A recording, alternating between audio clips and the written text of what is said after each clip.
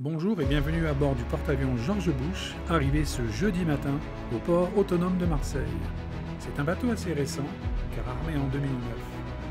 Il mesure 333 mètres de long et pèse à pleine charge 98 mégatonnes. Il est équipé de 2 réacteurs nucléaires qui lui confèrent une puissance de 260 000 chevaux et une vitesse de 30 nœuds. Il peut emporter au maximum à son bord 90 aéronefs. Ce sont principalement des F18 Super Hornet et d'autres avions type Hawkeye. Son équipage peut varier de 5 000 à 8 000 personnes. Je vais laisser la place au commandant. Good morning. As Matt said, my name is Captain Dave Pollard. I'm the commanding officer of the USS George H.W. Bush. Welcome to the George H.W. Bush on behalf of all the Avengers. We have just over 5,000 sailors on board the ship across the carrier strike group, just over 8,000 sailors, including the DDGs, the squadrons with CAG 7 that's aboard that you see out here today that you'll be able to take a tour of. The George Herbert Walker Bush is a city just like Marseille, and we're excited to be here to experience the rich culture, to enjoy some much needed time off during the holidays. We are out to sea working during the Christmas time frame, so this is a great break for our sailors to be here to experience the rich history of France. Over 70% of our sailors have never been to France before, so it's a great opportunity for them to see something new. We're going to be participating actually this morning right now in a couple of volunteer service opportunities, some community relations projects with a local orphanage.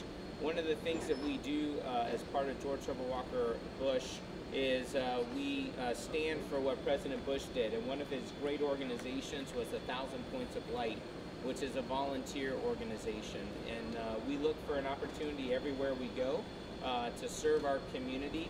Sometimes we're able to work with orphanages, sometimes we're working with schools, sometimes we're doing cleanups, rebuilding houses. These are the things that President Bush did during his lifetime, and we look to give that back to all the communities that we visit across during our deployment. Some fun facts, if you will, about the ship. We serve just over 18,000 meals a day. We operate 24 hours a day, 7 days a week. For our flight operation for these beautiful aircraft that you see behind us, usually fly about 12 hours a day. With our helicopters, we conduct 24-hour operations, and that's just standard routine for us. In order to do that, you need quite a few people, and you got to be able to take care of them. So we have a full-up medical facility, full-up police station, full-up dental, full-up firefighting. Everything you have in Marseille, we have on board this ship to support the sailors that we have on board. With that being said, I could talk up here for quite a long time. I'll answer any questions that you may have, and then I want to get you on your tour where you can see the rest of the ship, meet some of our sailors, and get a chance to take some footage up on the navigation bridge. Any questions? Yes, please. Yes, sir. This vessel is the last of the class Nimitz? Yes, it is. So this is the final Nimitz class aircraft carrier that we have at CVN 77, and it's the transition. Transition aircraft carrier, this and USS Ronald Reagan, CVN 76, are the 2 transitional Nimitz class carriers to the Ford class. And of course now we have the Ford, we have the John F. Kennedy, the Enterprise is starting to be built, and then the Dorian Miller will be the next in class for the Ford. And what are the main differences between these old ships and the new generation? Well, this ship was commissioned in 2009, and so it is. It's not old by any means. In fact, it'll be service life is going to be somewhere between 50 and 60 years, and we're just 13 years into that lifespan. The Ford class carriers are just slightly larger than our aircraft carrier.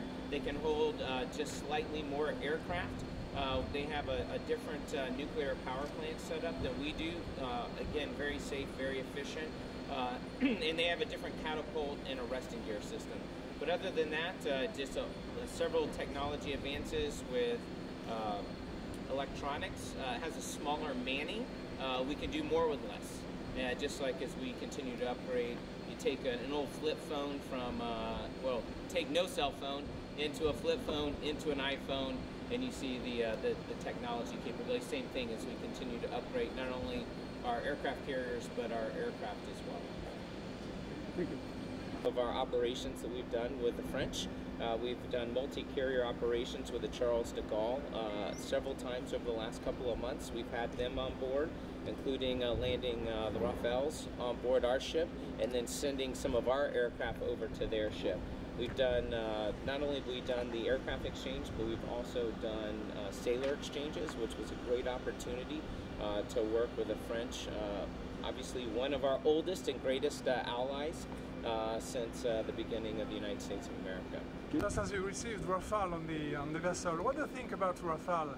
Oh, they were amazing. They were amazing. My entire team was out here, and it was something very special to be able to see them land, land on board our ship. Just like it was amazing for them to see our aircraft land. And we had their flight deck operators come over, and we did an exchange.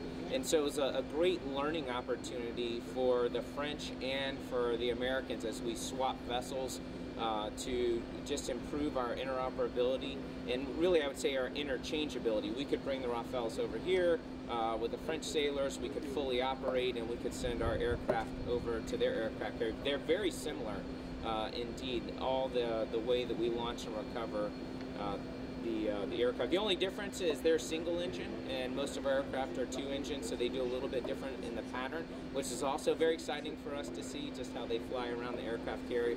Very professional and very good pilots. And you can use a joker, which one is the best between F-18 and Rafale?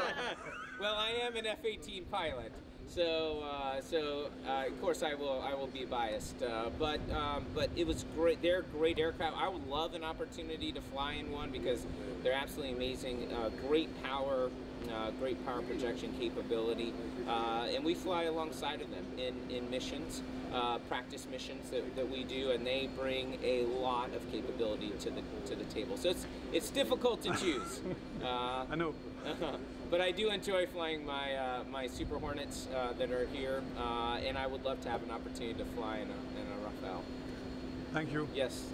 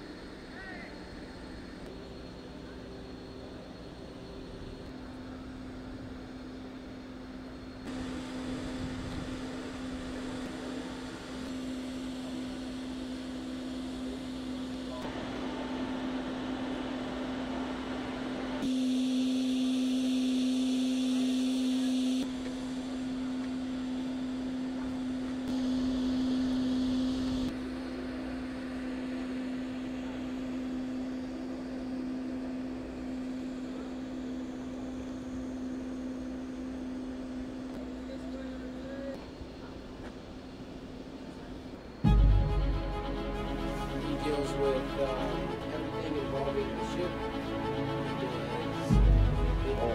Différemment, les pièces, tout ça, c'est tout. Enfin,